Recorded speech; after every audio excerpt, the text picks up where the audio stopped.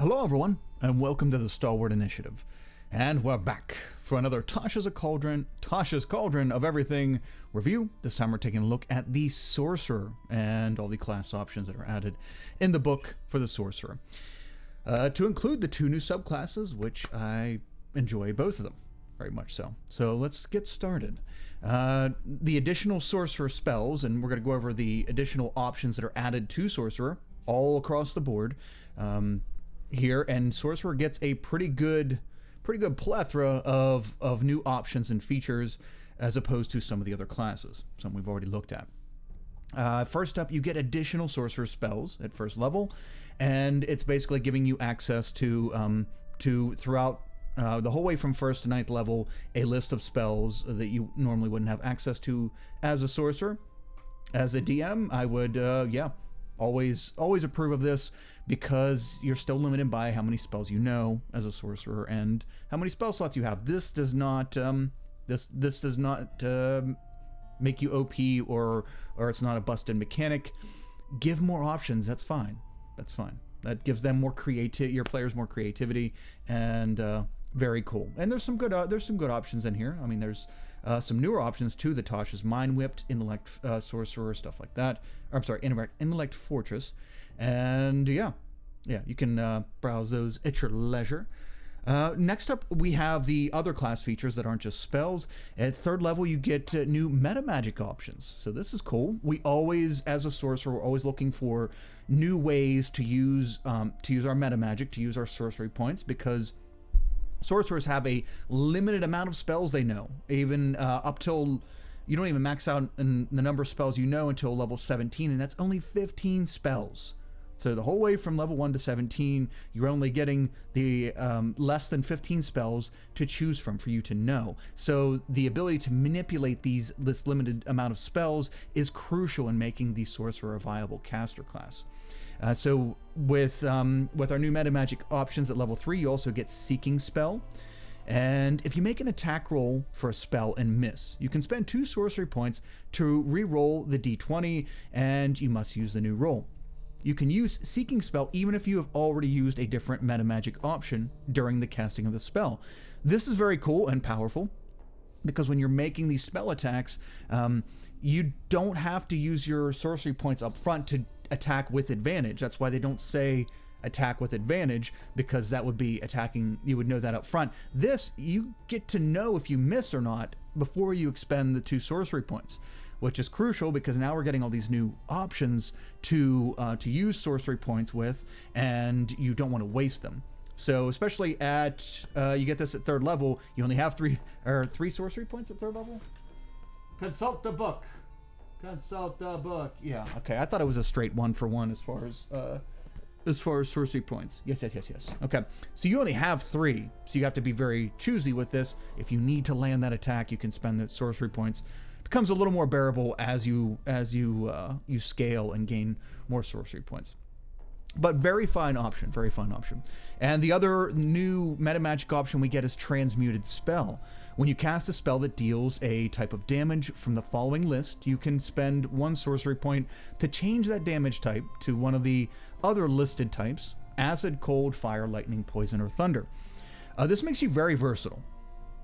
And as a full caster, you want to be able to do maximum damage when you're outputting damage, and this allows you to manipulate elemental damage. Much like other certain class features, this gives the option to all sorcerers, which might seem like it, might take away from certain subclass options, but you are also using one of your meta magic options on this just to be versatile. So I get it. It's probably not one I would pick, but it's definitely a viable option. At 4th level, you get Sorceress Versatility, and this is a theme with Tasha's that is adding 4th level options, or I should say, every time you be able to increase an ability score, they are giving you options for casters to switch out certain things you normally wouldn't have based on the original 5e rules. So whenever you reach a level in this class that grants you the ability score improvement feature, you can do one of the following, representing the magic within you flowing in new ways. You can replace one of the options you choose for the metamagic feature with a different metamagic option available to you.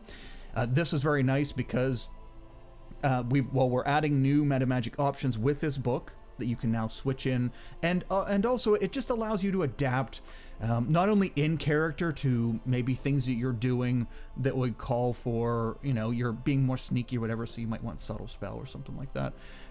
It just gives you more versatility in switching in and out things that you normally wouldn't be able to do, and I think that's a very, very nice and very accommodating. The other option is replace one cantrip you learned from this spell's spellcasting feature with another cantrip from the Sorcerer spell list. This is great. Replacing cantrips is great, and also again with the versatility thing. But I like it that it's very specific. You can only replace cantrips you've learned from this class's spellcasting feature, not ones you learn from other classes if you multi-class, and not ones you gain through a race or class. Just these specific ones. I think that's great. It limits it, but allows you to be versatile with being a sorcerer. Very cool, very welcomed feature. This one I was not expecting. Magical guidance. You can tap into your inner wellspring of magic to try to conjure, success from failure. When you make an ability check that fails, you can spend 1 sorcery point to re-roll the d20, and you must use the new roll, potentially turning the failure into a success. This I didn't see coming, and great. It's another way to use your sorcery points. And it's an awesome addition to 5th level, which is usually pretty lackluster, except for your spells going up, spell level going up. So I like it. It's actually really powerful if you think about it. So at 5th level, you have 5 sorcery points that are only going to scale. And this allows you to basically have advantage on any ability check, but you don't need to say it up front. You can use your sorcery point afterwards. Sorcerers aren't known to be skill monkeys or anything, but this definitely helps out with that, giving you the ability to boost your skill checks. So, yay! And since it says when the check fails, that unfortunately, even though initiative is an ability check, this doesn't affect initiative because there is no failing. So, bleh. That would have been nice to have that added to initiative. Wow, very good. Okay, so now we're going to move on to our Sorcerer's Origins, or our Sorcerer subclasses. And first up, we have the Aberrant Mind. An alien influence has wrapped its tendrils around your mind, giving you psionic power. You can now touch other minds with that power and alter the world around you by using it to control the magical energy of the multiverse. Will this power shine from you as a hopeful beacon to others, or will you be a source of terror to those who feel the stab of your mind and witness the strange manifestations of your might? As an Aberrant Mind sorcerer, you decide how you acquired your powers. Were you born with them, or did an event later in life leave you shining with psionic awareness? Consult the Aberrant Origins table for a possible origin of your power. And then they give you this nice list. You can go over and take inspiration on how you gained your aberrant power with this, or you can roll randomly on the table. Always provided in a very nice addition. Okay, so now for first level, our first level feature is Psionic Spells, and it's basically giving you a spell list, which we've come to not quite expect from every caster class, but it is definitely needed, especially when you come, especially with Sorcerer, with the limited amount of spells that you know. And I just basically want to touch on some wording here, and I like it. New additions. So whenever you gain a Sorcerer level, you can replace one of these spells that you gain with the Sorcerer spell list, as shown right there, from this feature, with another spell of the same level. The spell must be a divination or enchantment spell from the Sorcerer, Warlock, or Wizard spell list. So not only is this a decent and nice creepy list of spells here, you can switch them out when you gain a level. You can switch one out when you gain a level. And they do pigeonhole you into only switching it out with a divination or enchantment spell, but they allow you to pick those spells from 3 classes spell lists. Very cool. Very cool. So you're not stuck with these spells. And we're going to come back to this spell list because there's something coming up here that will harken back to these spells. Let's take a look. Our next level 1 feature is telepathic speech. You can form a telepathic connection between your mind and the mind of another. As a bonus action, choose one creature you can see within 30 feet of you. You and the chosen creature can speak telepathically with each other while the two of you are within a number of miles of each other equal to your charisma modifier, minimum of 1. To understand each other, you must speak mentally in a language that the other knows, and the telepathic connection lasts for a number of minutes equal to your sorcerer level, and it ends early if you're incapacitated or die, or if you use this ability to form a connection with a different creature. This is a very powerful telepathy feature. Not only are you not limited on the amount of times you can use it, but the distance is great. Number of miles equal to your charisma mod. Normally at level 1, you're going to start off with a 2, 3, or possibly 4 charisma mod. So that's a very good distance. Now, granted, you have to be within 30 feet of the person when you start this feature, but the range goes out to the number of miles. And what keeps this from being too crazy overpowered is the fact that you can only hold it a number of minutes equal to your sorcerer level. And so to travel miles away in those amount of minutes, you're using some kind of option that isn't walking. This is good. So when they get so far away from you and the time runs out, the connection is severed, but you can't just re-up that connection because you have to be within 30 feet of them to start. So they would have to do something like poof, teleport back to you, and poof, teleport back to where they are to continue gaining that distance away from you.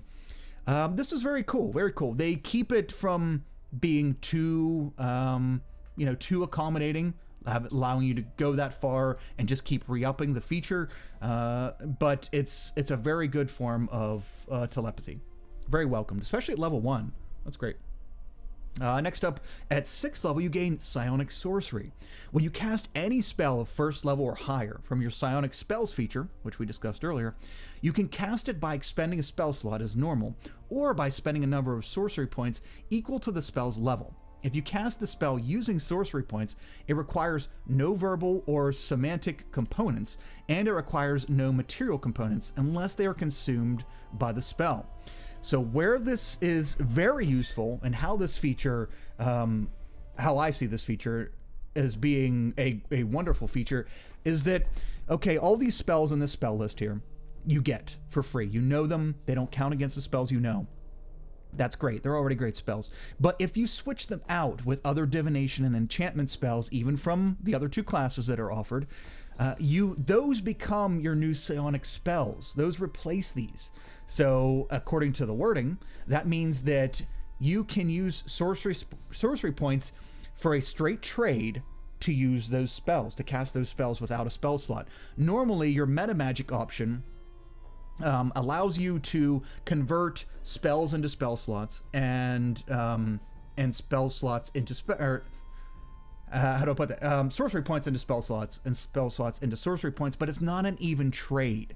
So that way you can't just bounce back and forth because you're losing every time you trade. This allows you to do a straight trade between sorcery points and essentially a spell slot to cast one of these spells on the list.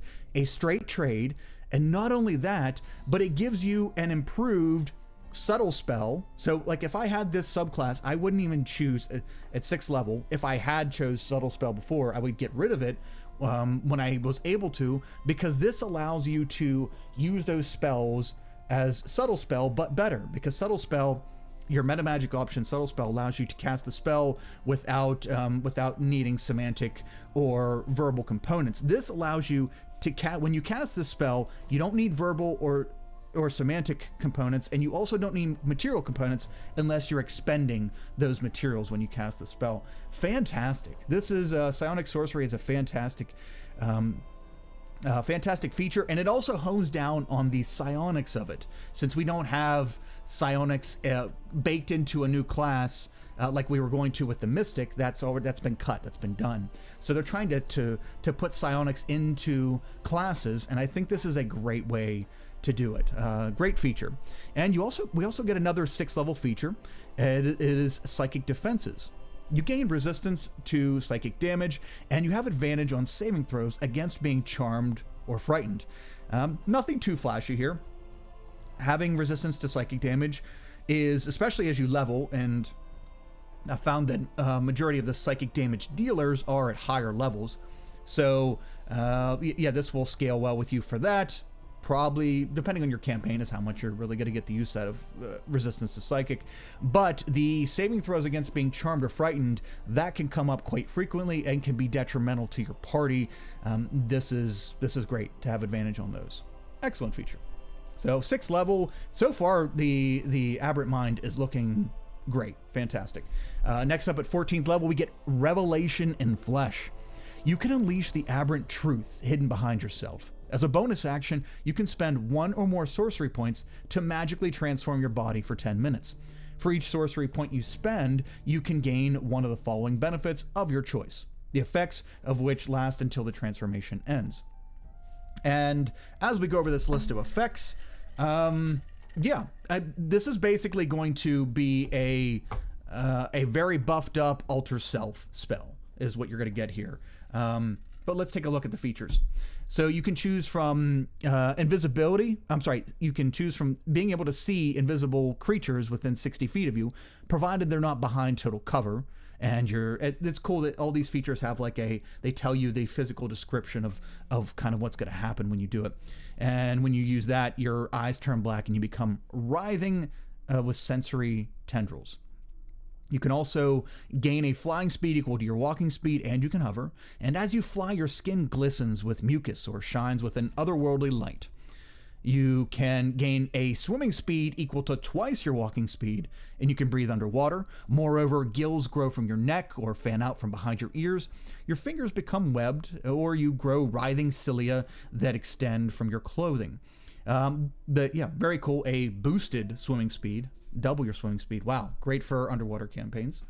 And the last feature, and the most interesting one in my opinion, your body, along with any equipment you're wearing or carrying, becomes slimy and pliable. You can move through any space as narrow as 1 inch without squeezing, and you can spend 5 feet of movement to escape from non-magical restraints or being grappled. This makes you super tough to grapple, and I love that. Just picturing you just as a humanoid figure, just kind of becoming amorphous like that and squeezing through cracks or escaping grapples. This is great. And this is only 1 or more sorcery points. So if you only have 1 left, you can choose one option, whatever one you need for the particular circumstance. Or if you want to be just a big badass and spend 4 sorcery points and have all these features at the same time, you can choose to do so. So very cool, very cool. Another use of sorcery points, very welcome, very versatile. At 18th level, our capstone is Warping Implosion. You can unleash your aberrant power as a space warping anomaly. As an action, you can teleport to an unoccupied space you can see within 120 feet of you. Immediately after you disappear, each creature within 30 feet of the space you left must make a strength saving throw. On a failed save, a creature takes 3d10 force damage and is pulled straight towards the space you left. And an ending in an unoccupied space as close to your former space as possible. On a successful save, the creature takes half as much damage and isn't pulled. Once you use this feature, you can't do so again until you finish a long rest, unless you spend 5 sorcery points to use it again. I'm not too crazy about this. It's your capstone ability as for the subclass, and I'm not that fond of it. So it's like Thunderous Step, right? I think same damage, and you got more range to teleport away, but you have same damage, and yeah, you kind of like a video game force pull everybody together as you leave, which could be party members too, so that can kind of get hanky. But you only get it once for free per long rest. So you get a Thunderous Step, a little bit better, I guess you would say better Thunderous Step. Maybe not so, because Thunderous Step you can carry someone with you, I believe. and this you can't. So a Thunderous Step, and you can spend 5 sorcery points to use it again, which you would think is, oh, okay, cool. So now I can use it multiple times. But 5 sorcery points, if you use if you use your meta magic to convert them to a spell slot, that's the same level spell. That's a 3rd level spell slot, which is Thunderous Step anyway. It's a 3rd level spell. So it's not really doing you any favors there. Meh. You know, it's okay. I mean, it's good. It's useful, especially for getting out of sticky situations and battlefield control. You could run into a group of enemies and then warp implosion out, and it sucks all them together. That's cool. I like that, but I don't know. I just wish there was a little more to it than that. But yeah. Overall, though, the Aberrant Mind is, in my opinion, a fantastic subclass. And last up, let's take a look at Clockwork Soul. Excuse me, so dry. Mouth is so dry. Okay. The cosmic force of order has suffused you with magic. That power arises from Mechanus, or a realm like it, a plane of existence shaped entirely by clockwork efficiency. You, or someone from your lineage, might have become entangled in the machinations of the Modrones, or the orderly beings who inhabit Mechanus. Perhaps your ancestors even took part in the Great Modrone March. Whatever its origin within you, the power of order can seem strange to others, but for you, it is part of a vast and glorious system. This is such an interesting subclass. I actually got to play it in playtest, and I thought it was really cool in the Unearthed Arcana version. So let's take a look at what we finalized here. So your first level feature is Clockwork Magic. You learn additional spells, much like we went with the Aberrant Mind, and whenever you gain a sorcerer level, you can replace one spell you gain from this feature with another spell of the same level. The new spell must be Abjuration or Transmutation, and must be from the Sorcerer, Warlock, or Wizard spell lists. So same thing as the Aberrant Mind, though this one is Abjuration and Transmutation as the limitation on which spell you can switch it out with. We have a pretty decent list of spells here, and yeah, I would say the Aberrant Mind list is a little bit better. In addition, consult the manifestations of order table and choose or randomly determine a way your connection to the order manifests while you are casting any of your sorcerer spells. I like these. I like these lists that they provide, but yeah, I would definitely kind of leave that as a open suggestion. Like, hey. If they want you to have the physical manifestation, say there is going to be a physical manifestation, but these are just some examples. You decide how you want it to be. This kind of seems like it's a little more insistent on picking something from the list. But yeah, nice list nonetheless.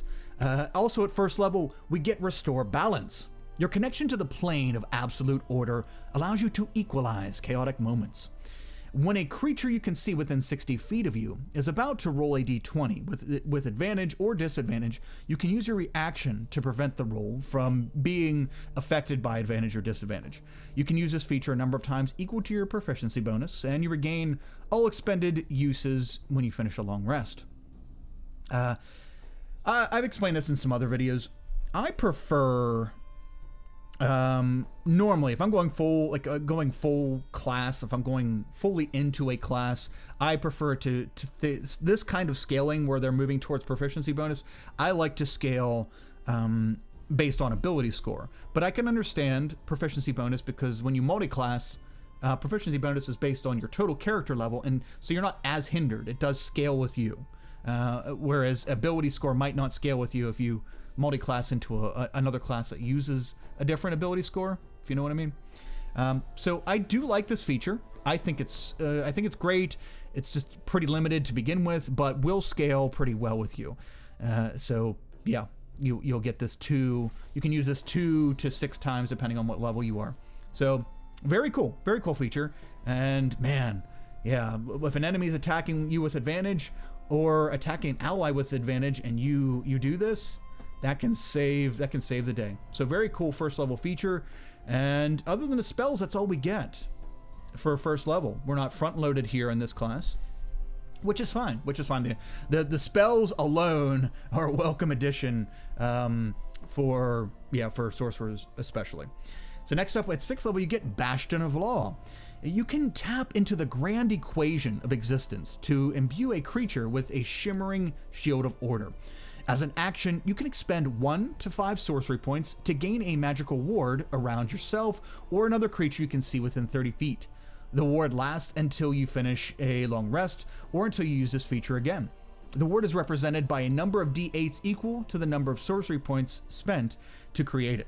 When the warded creature takes damage, it can expend a number of those dice, roll them, and reduce the damage taken by the total number rolled on those dice. Very cool feature. Very cool. So you can spend up to 1 to 5 sorcery points to get that amount of d8s. And I would think if you're not planning on using your meta magic option too often, this would be useful, as you can dump points in. 1d8, like if you just sprinkle it, I know you can only do one person at a time, one creature at a time with the ward, but if you just kind of dab it out here and there, 1d8 can prove to be pretty sad when you roll a 1 on it. But if you dump all 5 sorcery points into someone, 5d8, that's going to negate, at least until you get to a lot higher CR creatures that you're facing, that's going to negate a lot of damage. So very cool. Very cool there. But yeah, a useful feature. Very nice. Next up, at 14th level, you get Trance of Order. You gain the ability to align your consciousness to the endless calculations of Mechanus. As a bonus action, you can enter the state for a minute.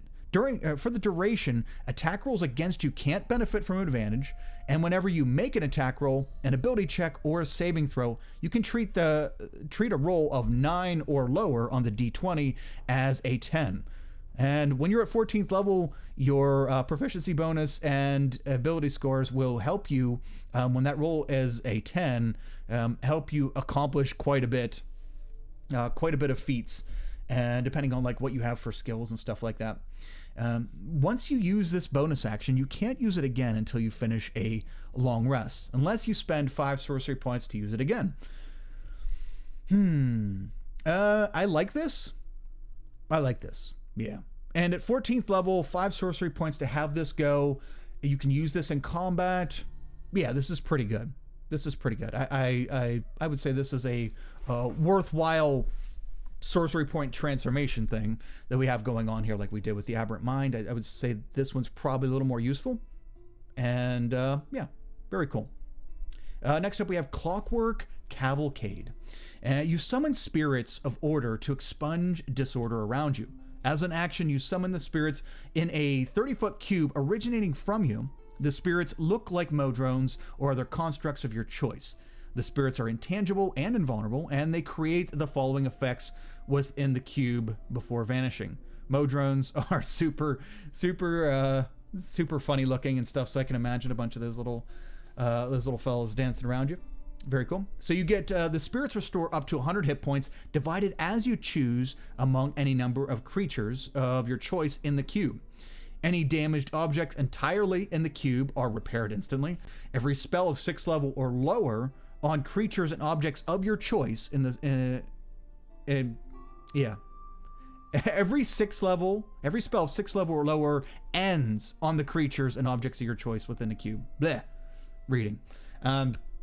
This is very cool. Once you use this feature, you can't use it again until you finish a long rest, unless you spend 7 sorcery points. This is really useful. 7 sorcery points is a lot, but you're getting a mass heal. You're getting a group heal, right? You can spread the points however you like. You're getting a self or group heal of 100 points, which you, as a sorcerer, you're probably not needing the 100-point heal. You're probably maxing yourself out there. And any damaged object, so story-wise, if the baddies break something crucial to you, and it doesn't say non-magical. So a lot of features, class and subclass features will say non-magical items. But this is apparently even magical items repair instantly. And every 6th level spell, and I think they might have changed this, correct me if I'm wrong, I think they might have changed this from the Unearthed Arcana and allow this to be your choice. All the 6th level spells and on creatures and objects of your choice in the cube end. I think before it was just kind of it just ended everything.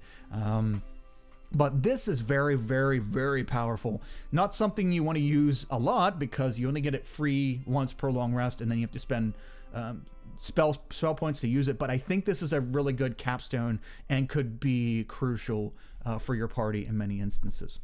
So those are our Sorcerer features. Let me know what you think. I think they're great additions, and I would play either of these. I very much enjoy them, and especially with the new adjustments to Sorcerer, I think that Sorcerer is in a really good place right now. But let me know what you think. Thank you for joining me, and be subscribed to the channel. We're going to hammer through all these subclasses and the rest of the book, and then we'll go through like, after I'm done going over all the stuff of the book, we'll go through like the state of things, right? The state of D&D after Tasha's, and we'll go through all that. So thank you very much for joining me, and until next time, unity is strength. So take care of each other, stay safe, and we'll see you again real soon.